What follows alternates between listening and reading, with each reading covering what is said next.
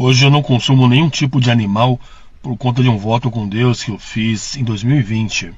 Então há 5 anos não como nenhum tipo de animal, isso inclui ovos também. Mas quando eu fui ocultista, fiquei 7 anos também dessa forma, sem consumir animal nenhum. Por quê?